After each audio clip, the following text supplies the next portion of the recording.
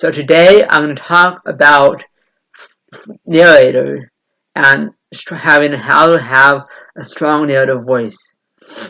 The key for me is poetry, describing the character's world with all of the senses and doing it in a poetic way. Because there are many ways to hook the audience. For me, it's mostly poetry because I'm not that good at plot, but I've been getting better at it.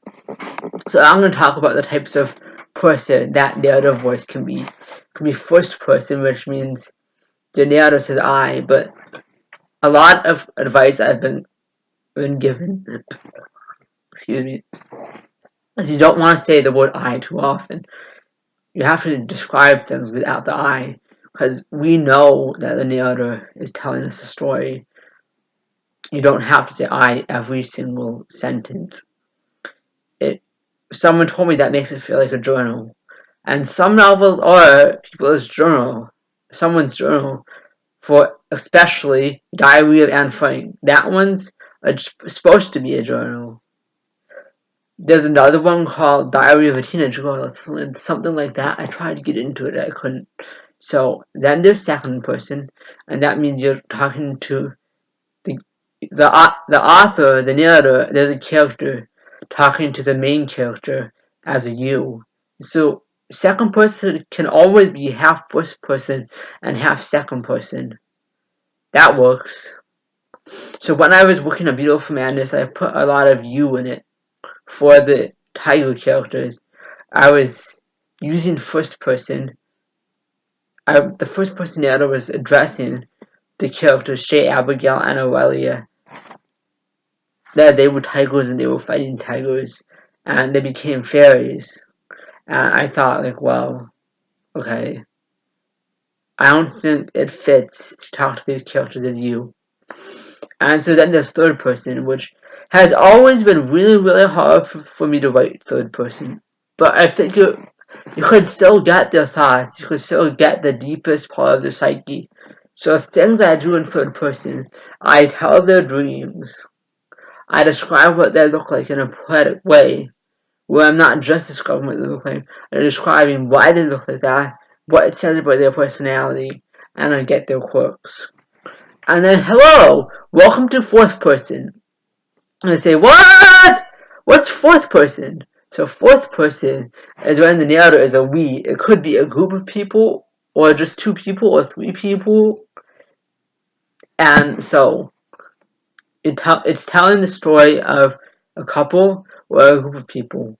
I read this book once. It was a non-fiction book about a couple, and they were telling the story together. Husband and wife telling a story about chasing and waiting for the one who will be chased and wait for you. And it read like a novel, and it read like a self-help book, and it read like a Christian devotional. And husband and wife wrote it together in a we. And I don't know if I should call we 1.5. I don't know where we should be, but I think having a we narrator is a really unique, what's that word? Hold on. A unique voice, a unique way to do it. Random. Hold on.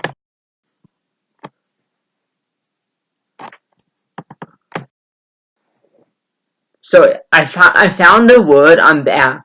So using third person can be experimental form. In you could go back and forth between third person and fourth person, or first person and fourth person. So in my novel Beautiful Madness, I have some first person, the narrator being a character based on me, named Rebecca, and I'm Rebecca, and so the narrator is me, telling a story about these third person characters, getting into their heads. It kind of becomes their story too. I take some of my memories and I turn them into my character's memories. My main character, I think I've been writing this for a while, and I didn't intend Amy to be the main character, but this teenage girl, Amy, became the main character. And then there are all these archangels and fairies and elves. I have Alana and Ren and their daughter Fern. And then I have Amy and Elena and their parents Sadie and Aiden. And Aiden works for a publishing company, and Sadie is an artist. She paints, and she teaches her artistic daughter Rose how to draw and paint. And Elena is around 13 and Rose is around 8, and the two girls do gymnastics and sometimes kung fu and sometimes figure skating. I forget if I had them go figure skating or not. And then there's Shay, Abigail, and Aurelia, and they used to be tigers along with their superhero mother Hannah, Amelia, and John. And I had this weird thing happen where Shay, Abigail, and Aurelia became people before their parents did. And I'm exploring personality and character. It's a stream of conscious novel about characters. And so I used some first person and some third person. I had some second person in it, but I deleted it.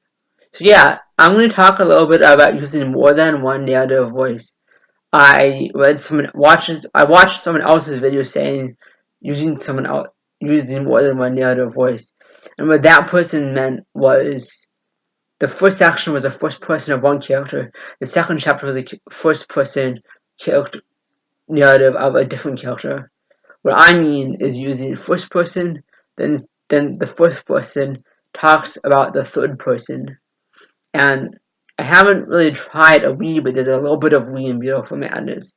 I'm not sure what a whole novel full of we or a whole novel full of you would turn out as. I think it could be a short story or a novella.